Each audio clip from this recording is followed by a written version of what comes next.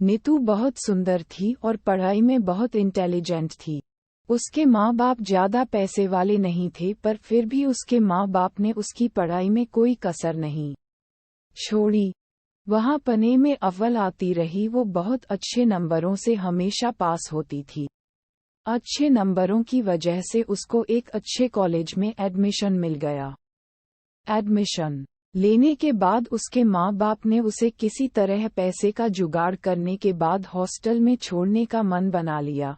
आजकल फेसबुक बच्चों के लिए मीडिया एक ऐसा प्लेटफॉर्म है जब हम कहीं भी किसी से दोस्ती सिर्फ डीपी देख कर लेते हैं। ऐसा ही कुछ नीतू के साथ भी हुआ था।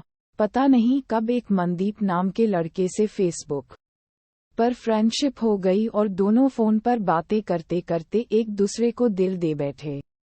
नीतू को मनदीप के बारे में कुछ भी नहीं पता, वो कौन है और कहां से क्या काम करता है। बस दोनों को प्यार का भूत सवार था।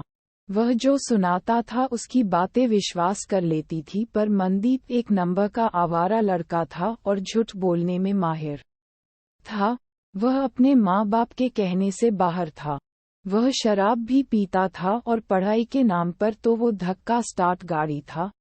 बड़ी मुश्किल से 10th ही की थी।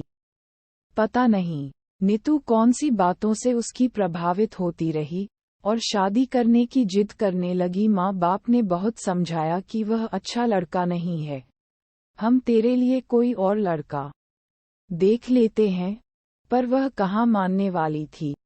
आखिरकार प्यार के आगे उसके घरवालों को झुकना पड़ा और हारकर उसके घरवालों ने उसकी शादी उस मनदीप नाम के आवारा लड़के के साथ कर दी। मनदीप के घरवालों को तो चारों उंगलियां घी में थी। मनदीप और उसके घरवाले बहुत खुश थे इतनी सुंदर और पढ़ी लिखी बहू को पाकर, क्योंकि उनके निकम्मे लड़के को इतनी सुंदर और पढ़ी लिखी लड़की मिल गई। मनदीप का अब शादी के बाद असली रूप सामने आने लगा। अब वही लड़का नीतू की कोई भी बात नहीं मानता था। उसका वही काम था, हर रोज शराब पीना, कोई काम ना करना, दोस्तों के साथ बाहर घूमना। लेकिन नीतू के पास सिर्फ पछताने के सिवा अब और कोई रास्ता नहीं था। और शिकायत करती भी तो किससे करती, क्योंकि उस लड़के से शादी करने के लिए अपने माँ बाप को नाराज ही नहीं, हमेशा के लिए नाता भी तोड़ लिया था। उससे लड़के से शादी करने से माँ बाप बहुत नाराज थे।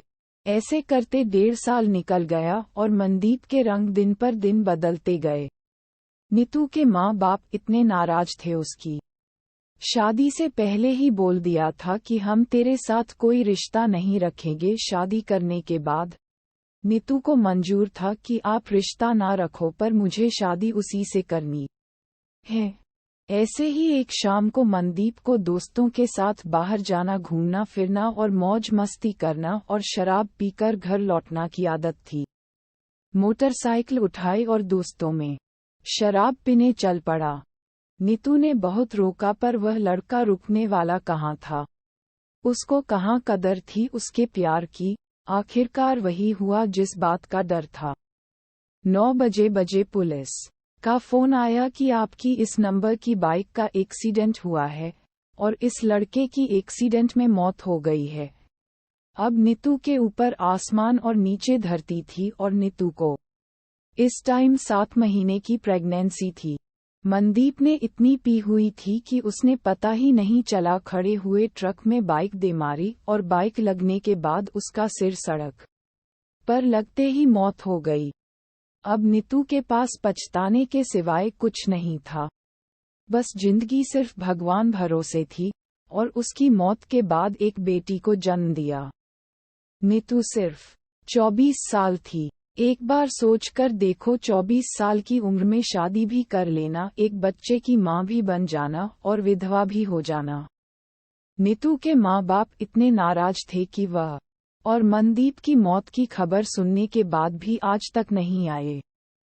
इस कहानी से सिर्फ यही बात समझ में आती है कि कभी भी सिर्फ शक्ल देखकर किसी को प्यार मत करो। आप फेसबुक पर किसी की शक्ल देख सकते हो, उसके गुण नहीं।